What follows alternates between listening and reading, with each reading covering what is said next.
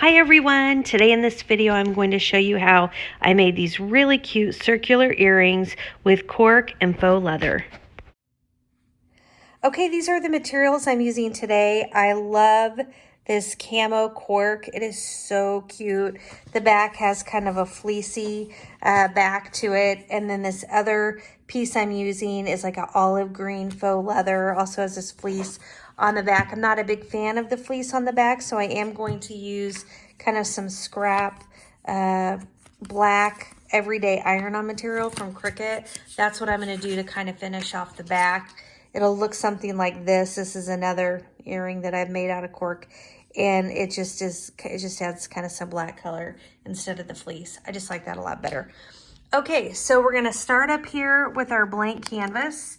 And we just need to come over to this left panel and we want to click on the images button, and that will bring up all of our images. I've already filtered over here by my uploaded images. You can choose to do that. It will make it a lot easier for you to find your uploads, I guess, depending on how many uploads you have. And then I'm just going to scroll down to find my image today, which is this one right here. And so once you find your image, you click on it, you'll see the green outline of the image, and then you just need to click on the insert images down here in your lower right hand corner, and that will bring it to your mat. It brings it to your mat at about 2.5 inches. I'm gonna make mine a little smaller today. I'm gonna do 1.8 inches. That's gonna make my circle in the middle just a little over 1 inch. So I am making these kind of small. Now, before I move on, I need to ungroup these because I have a change to make to this file. So while it's selected, because I've clicked on it, then you come over here and click on the ungroup button in the upper right-hand corner. And then I'm just going to drag these apart. I don't know why I have to do that to work with them. And while I have one of them, what I'm doing now is I want to remove these holes. I want to punch my own holes, and they have holes in them. So while that's selected, I'm going to come down here to the lower right hand corner, and I'm going to click on this little circle represents the hole in the earring. And once I click on it, that's all I need to do. Then I'm just going to click out of it. And now, I don't know if you can notice, but there's no more hole. Now we're going to click on this one over here and do the same thing, and come over here and click on the contour button, and then we are going to take that one away too. And we'll delete that. All right, so these are our two components. Now I am going to go ahead and draw a box back around them by clicking down on my left click button, and that kind of pulls them together, and I'm going to regroup them. And now that they're regrouped, that's going to let me then duplicate them. Now I didn't have to regroup them. I could have clicked on each one of those. Oops, I could have clicked on each one of them and just duplicated them individually. It's just easier for me to make a box and click duplicate. So that's it. That's my mat. Those are the components I need. So I'm going to come up here and click on the makeup button, and it brings up my cuts for each of the two mats here. And I don't need to mirror them. I could do it as a matter of practice. They're symmetrical, so it's not going to do anything. I always say, always do it. The reason I'm saying they're symmetrical, that we're mirroring, is because we put good side face down. And anytime good side face down, you would mirror whatever your image is that you're cutting. All right, so mirror or no mirror, it's a circle. So it doesn't matter which way it's facing, it's the same shape. We are going to continue. And then just a note, I've got my dial here on my Cricut Explorer on the custom button, and I need to set my material. So that's my next step here. It took a second. When we left the screen, it wasn't an option yet, but now that we're back, it's here. And we just click on Browse Materials. Now remember, we're doing 1 sheet of faux leather and we're doing 1 sheet of cork. But I am going to pick the same selection for both of these, and that's the shimmer leather right here. And so I click on that shimmer leather, and I say done, and that's going to set my material. Now there's probably a lot of different settings you can do with your cork. This is pretty thin cork. I linked to all of this cork on my post, so if you look down in the details, I'll have a link. click on that and it takes you to all of my links, so they'll be nice and neatly organized. I picked pretty thin so that it works pretty well in my Cricut Explorer with my regular blade. I do not change my blade out. And that just makes the whole process go easier. All right, so there's one thing I need to do, and that is, I could just go cut this, but I want to put iron-on material on the back of it. Okay, so to figure out how much of the heat transfer material I need, I look at my mats, and you can see here I'm going about 4 inches over, a little over 2 inches down. That's on my olive green. So I have cut myself a piece of vinyl about that size that I can iron on. And then on this one, on my cork, I'm about 3 inches over and 1.5 inches down. So that's this one. So that one will kind of go on like this. All right, so I just need to iron these on. You could, first of all, you don't have to do this. This is a preference. And you can iron them on, cut the shapes, and iron them on later. I like to just iron them on before I go. So I need to put this on, I'm gonna put it on about 280. I'm using my Cricut Easy Press. So I will just, there we go. And that's heating up. That's gonna heat up really quickly. I like to put down a piece of parchment paper onto my easy mat. I always like to show people this. Don't let this happen to you. When you are doing heat and you've got something like this and you're pressing into your mat, you may have some transfer. So I just put a piece of parchment paper there. Put this down like that, and then this is my iron-on. Now when you put this on, your shiny side needs to be up, and I like to put it to where it's all the way to the edges, like that, like so. And all right, we're ready.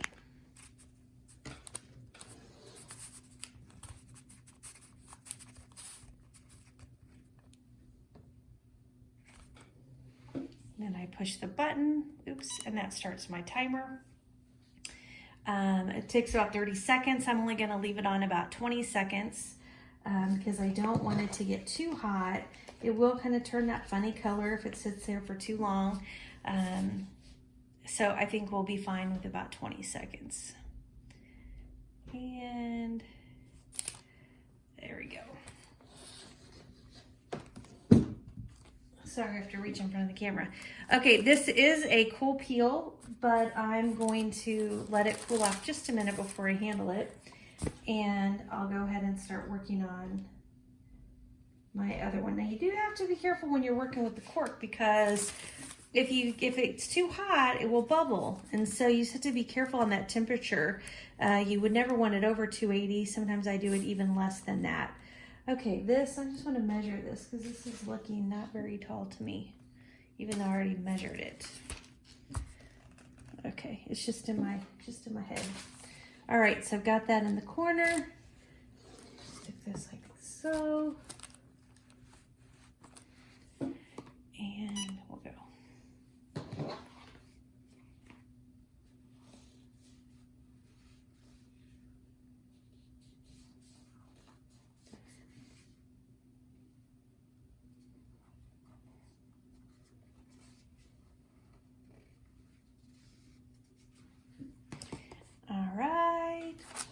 Call that good. All right, this one I think is cooled off enough. While this one cools, we'll peel this one off. Okay, so let's go ahead and peel this off. Now remember, cork is delicate, so when you're pulling something off, it's better to kind of keep it flat and pull this down and kind of support. I just don't like pulling around too much on my cork. All right, so that just shows you, that's how we're gonna stick this into the Cricut machine today. And then here's the back of my leather. So you can just see it's just kind of that pretty black. There's the front side of it. All right, so now we've got our materials ready to stick into the machine. So let's go ahead and get them onto the mat. Let's do the cork first. And to do that, oops. it looks like I'm only going about 2 inches down. So you'll see me putting this plastic. I always use my Cricut mat covers just because I don't want to mess up my adhesive on my mat. And so now this way, I'm only exposing a little bit of material to my mat. And the rest of this cork isn't exposed to adhesive at all. So I'm just kind of double checking my lines, making sure I'm not going to cut anything off. It looks pretty good to me. This one looks like it's ready. So I'm going to go ahead and click continue, and this will let us get this mat going in.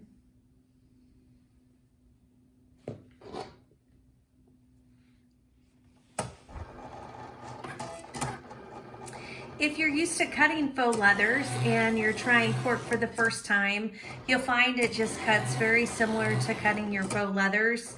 Same kind of requirements. You've got to make sure you have a nice sticky mat, and you still use that fine point blade. Some corks work better than others. You really want to watch the thickness. Some of them you'll see when you look at the when you're buying it, it might say 1.2, something like that. That would be an indicator that's probably a little too thick for just the regular kind of cut. All right, so to peel this off, I'm actually going to use my spatula because again, I do not want to peel my cork. It's kind of more on the delicate side. So I'm just going to use a spatula to lift the cork up.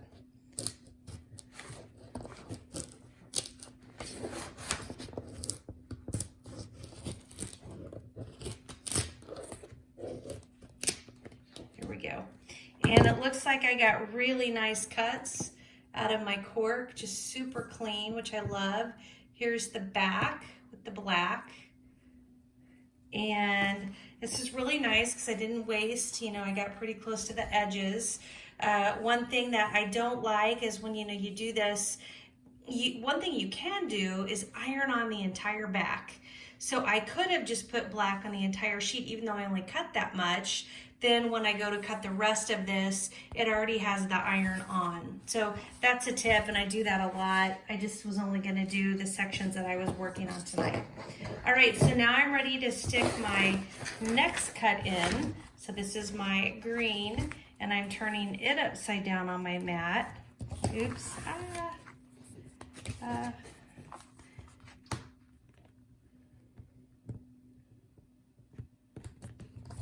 I'm making sure I put it up a little ways because my black, I didn't put that on exactly even. I could have taped that down. That might have helped me a little. I think I'm going to be in the clear here, so I'm not going to worry too much about it. And I think I'm ready to go. Didn't press that down really well.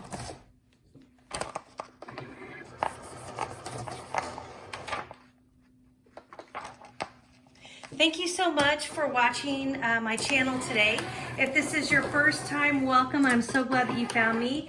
And if you come back to watch another episode, I really appreciate it. I love seeing some of the same people come back, and thank you so much for those of you who take time to make a comment. If you find anything today to be helpful, I'd really appreciate it if you just take a second and tap that like button. And if you think you might be interested in watching more of my videos, take just a second and tap that subscribe button, and even tap the bell button if you want notifications anytime I load a new video. Again, I'm just getting started with this channel, and I'm hoping to find some faces that I can connect with regularly as I continue to play with my DIY projects and kind of explore new things to do and new things to try. So, all right, it looks like this cut is done. This shimmered cut usually takes 3 rounds at your material, which is a pretty nice number because it makes me feel good that it's probably gonna make it through the layers. It's really hard when you're having to come in and snip a lot of different pieces. It's not that it's unusual. You guys have seen me do that in my videos where I've had to come in and, and snip. It's this mat is very sticky. And so I'm even having a hard time getting my spatula under my cork right now. It's just so so sticky. That's really surprising me. It's only had a few cuts, so that could be why, but still. Okay. Goodness gracious, I'm glad that the whole thing isn't, glad I have that plastic protecting the bottom part. Okay, did I get it? Am I up? Let's see how we did. So we got it off the mat. Let's take a look at our pieces here. Well, it's kind of crazy that it's the leather where we had our problem. First, let's look at this. So this piece did awesome. Let's just cut this one. Looks like I've got one piece. I usually like to cut from the back. It's usually the back where it's held up anyway. And you can see the line. You can always see the line. See, it's kind of that vinyl. Some of that vinyl's cut up. Okay, so that's not a big deal. Although when I cut it, I need to trim a teeny tiny bit in here. Okay, that still looks great. That's the green, and this is what will hang in the middle. Now let's see what we've got here on this piece. Oh, that was the middle. That was the middle. I'll have to do another project with that. All right, this one we didn't have quite as good of luck with. The middle is out. So again, these are two great pieces I will do something with. It's awesome. That's a nice thing when you have these hollow pieces. Now what I would do here, now I'm in let's see if we can salvage it mode, and sometimes we can't. Because you want the cuts to be nice and clean cuts. Oops, that's driving me crazy. I need to cover that adhesive up. Okay, let's see what we've got. So I like to just get it down to what I have. Sometimes it's not as bad as it looks. I mean, look, here we can see the cut all the way around. It does actually look like, in a lot of cases, it's around the vinyl.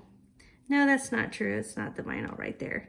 So what I try to do is just cut away all this excess stuff. It just gets in my way, and I can't get into the cut as much as I'd like to. So a lot of this is already gone, right? Like this is already clean. So just get rid of that. All right, so really when you look at it, we've just got the two sides here that didn't cut. And we have really nice clean lines that we can see. So I'm just going to cut along those really clean lines. Okay, and I could do it along the front, but see, you don't see the lines on the front. That's why I'm usually cutting along the back side here.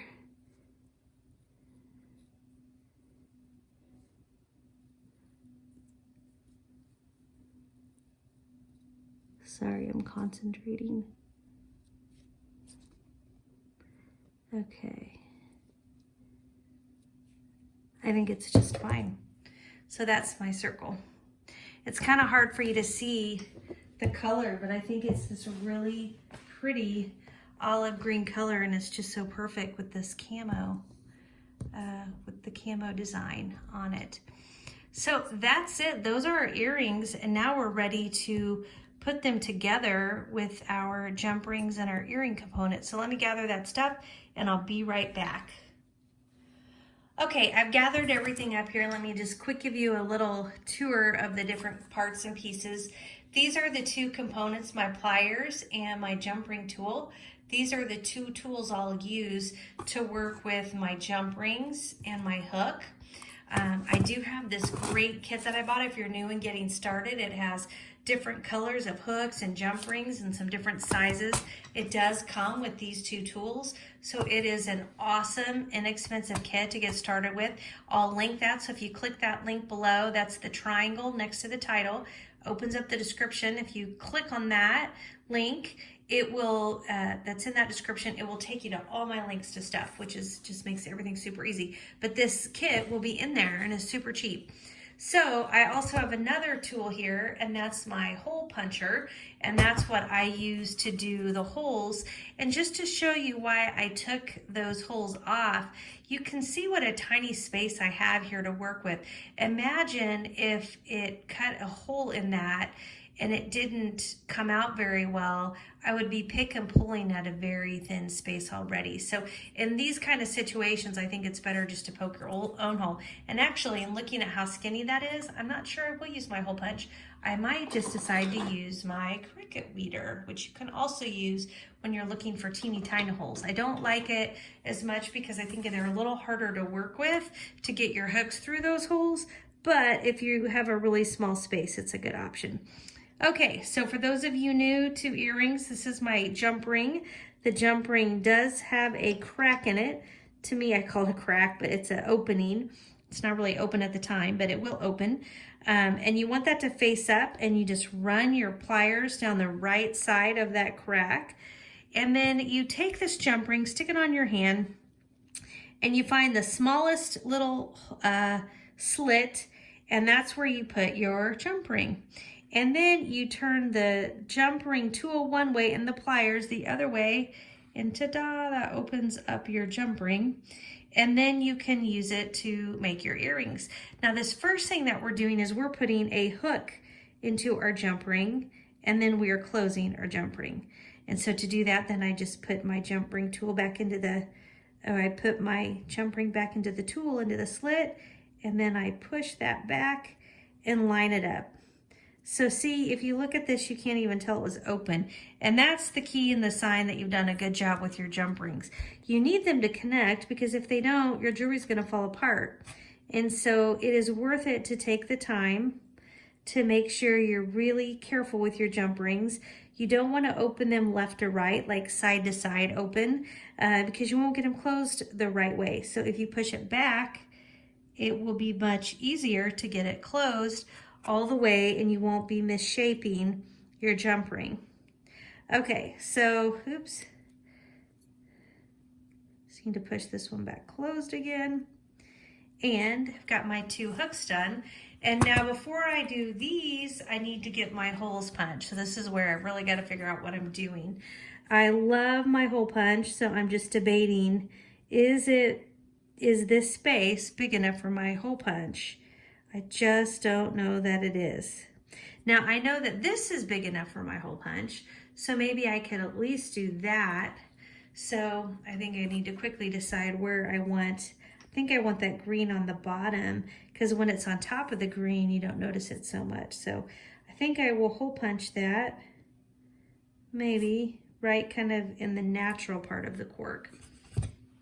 So I'm just gonna take my leather punch.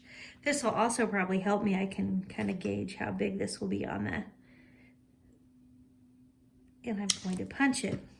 That shows you how big that is. So I can look in here and I'll be able to see how well that would fit if I were to use that hole punch. Maybe I will go ahead and do it. Ooh, it's kind of risky. Okay, so I'm just gonna line this up, and I'm going to line it up with my puncher into this hole. So you can see now I have it punched all the way through. And I'll do that to my other one. I'm gonna do the same thing and kind of get that natural to the top. Now that I know that, no, I think I'll still punch this separate.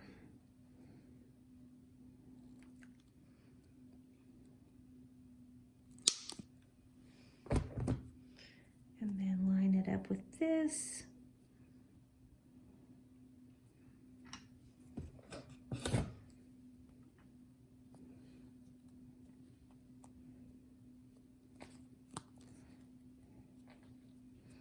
It's kind of hard to get my hands around.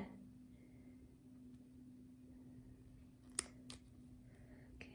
Ah, dang it. Look what I did. Okay, it's okay. I think I'm going to be able to salvage this. How the heck did I do that? I'm so mad.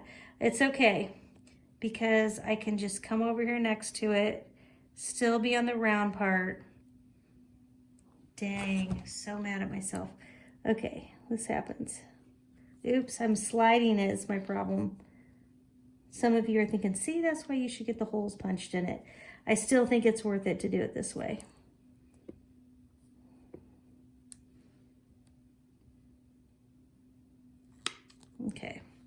So I now have a good hole, just to show you there's plenty of room. I think what I will do is take my scissors. We'll see, I can always redo this. I can always redo this hole if this just looks crazy.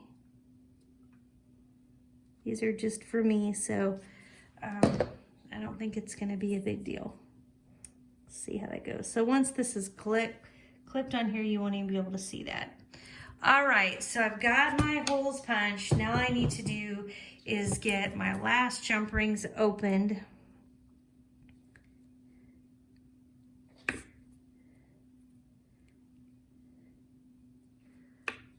And once that's open, I can go ahead and put my big circle in. And then I can come around here and put my little circle in. And then I can put my earring hook in. Now you want to make sure your earring hook, when it's up and then your ear is facing the right way. So just be considering that as you put that earring hook on. I've put some on backwards, and you just have to open up your jump ring. It's not the end of the world, but it's an extra step. These jump rings are funny because this is a darker color. I'm usually working with the silver or the gold, and I am finding them to be a little harder to work with for some reason. Okay, so now I got that one. Let's get the other one. I'm just still upset about my earring and that hole. So frustrating when that happens. Okay, we'll put the hole in here.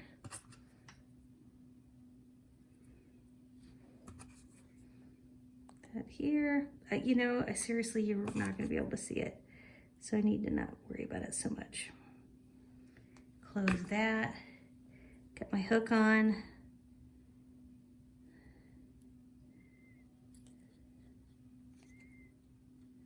Still no.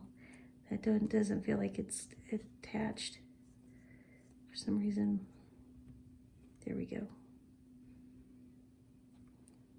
So you might not see what I'm doing, but sometimes if it doesn't feel like they come back together, I stick this jump ring all the way to the edge in here and push. And that let me show you close up. That let me get it in to be able to touch again. I'm just really funny about my jump rings, just because I don't want my earrings to fall apart. Okay, these are absolutely darling. This is the one that I messed up, so I want to give you the close up. Let's let it hang. I just really don't think it's noticeable, thank goodness. And I think it turned out really cute. Now remember these circles that the machine cut out of the center of these hollow rings? Well, I am going to make some really cute earrings. I made another set of these circles, the exact same size as these. Made another set of those, and I'm using these that were cut out of the hollow here. I am going to link these together and have them dangle.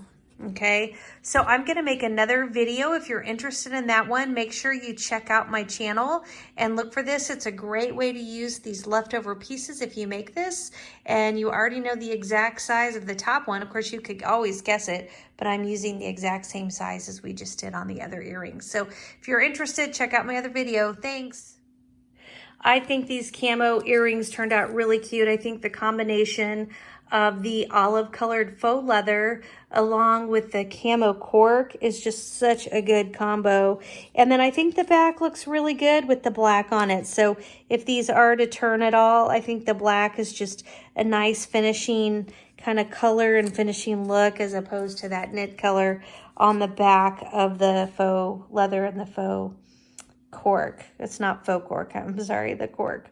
So again, thank you all so much for watching the video today. Again, please press like if you found anything helpful and think about subscribing. Thanks so much, guys. Bye-bye.